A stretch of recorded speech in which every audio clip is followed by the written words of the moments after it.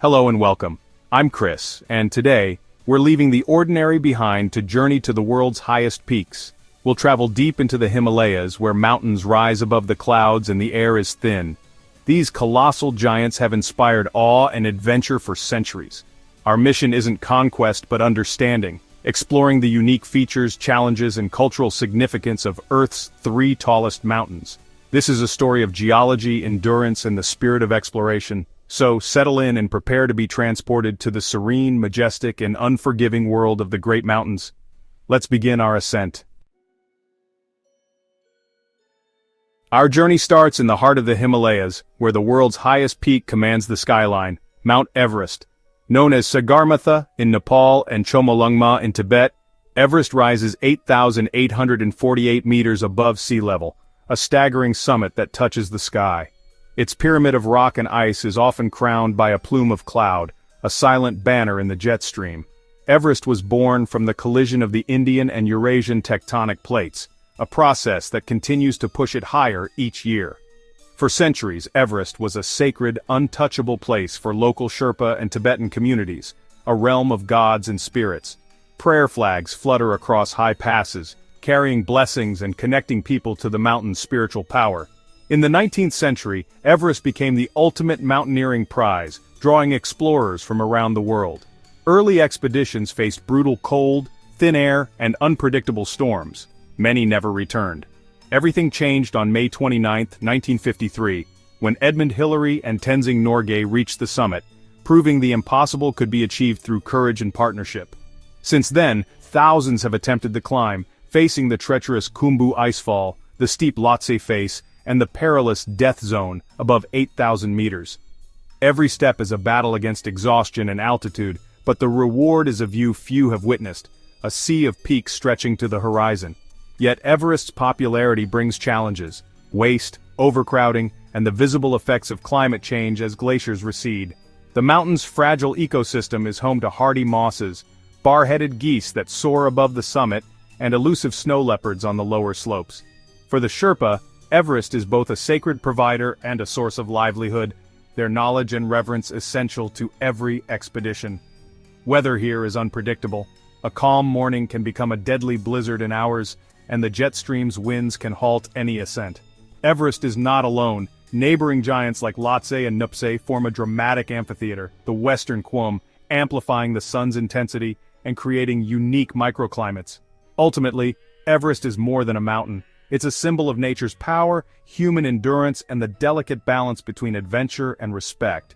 It reminds us of our smallness in the face of something truly immense and timeless.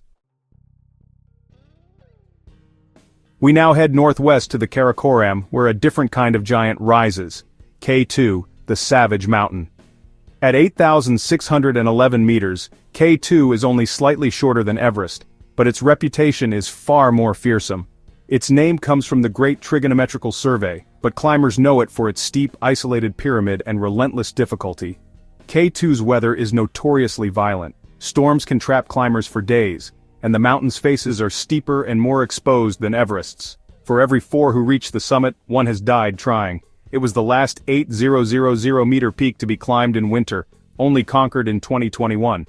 The journey begins with a trek up the Baltoro Glacier, a remote, otherworldly landscape flanked by granite spires.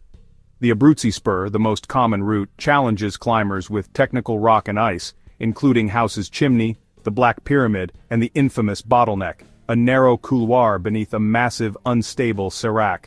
House's Chimney, the Black Pyramid, the infamous Bottleneck, a narrow couloir beneath a massive, unstable sérac.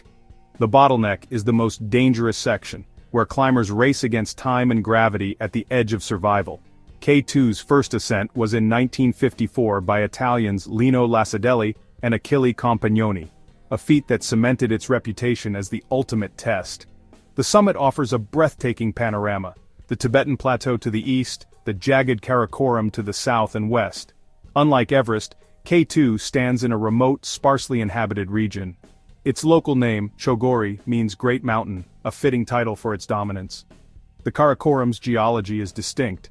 Harder granitic rock forms sharper, more jagged peaks. Life is scarce here. Only ibex and Marco Polo sheep roam the lower valleys, while the high slopes are silent and barren. As climbing evolves, new, more difficult routes are attempted, pushing the limits of what's possible. K2 is a mountaineer's mountain, beautiful, dangerous, and uncompromising. It stands as a stark reminder that in the world's highest places nature is the ultimate force. Our final stop returns us to the Himalayas, to Kangchenjunga, the third highest mountain on Earth. Its name means the five treasures of the Great Snow, referencing its five distinct peaks, four of which rise above 8,000 meters. At 8,586 meters, Kangchenjunga is a colossal massif, catching the full force of the monsoon and nurturing vast glaciers. For the people of Sikkim and Darjeeling, Kangchenjunga is a guardian deity, a sacred presence woven into daily life. When the first British team climbed it in 1955, they stopped just short of the summit, honoring a promise to respect its sanctity, a tradition most climbers still follow. Here, ambition is tempered by reverence, and the mountain's spiritual significance is as powerful as its physical presence. The view from Darjeeling at sunrise is legendary, peaks glowing pink and gold, inspiring generations of artists and seekers. Kangchenjunga's five peaks are linked by jagged ridges and immense glaciers, creating a vast remote wilderness. Climbing here is a serious challenge. Long, technical routes, avalanche risk, and unpredictable weather make every expedition a true test. The southern slopes are lush, covered in forests that burst with color in spring and shelter rare wildlife like the red panda, Himalayan black bear, and clouded leopard. This region is a biodiversity hotspot, protected as a sanctuary for countless species. The valleys below are home to diverse cultures, Lepcha, Budia, and Limbu peoples, each with traditions centered around the mountain. Monasteries cling to hillsides, and daily life is shaped by the rhythms of nature and spirituality. The five treasures, salt, gold, turquoise, sacred scriptures, and invincible armor, are said to be hidden on the mountain, revealed in times of need. Once thought to be the world's tallest, Kangchenjunga remains the supreme peak for those who live in its shadow, a source of life, legend, and protection. It's a fitting final chapter in our journey, a place where challenge, beauty, and spirit converge.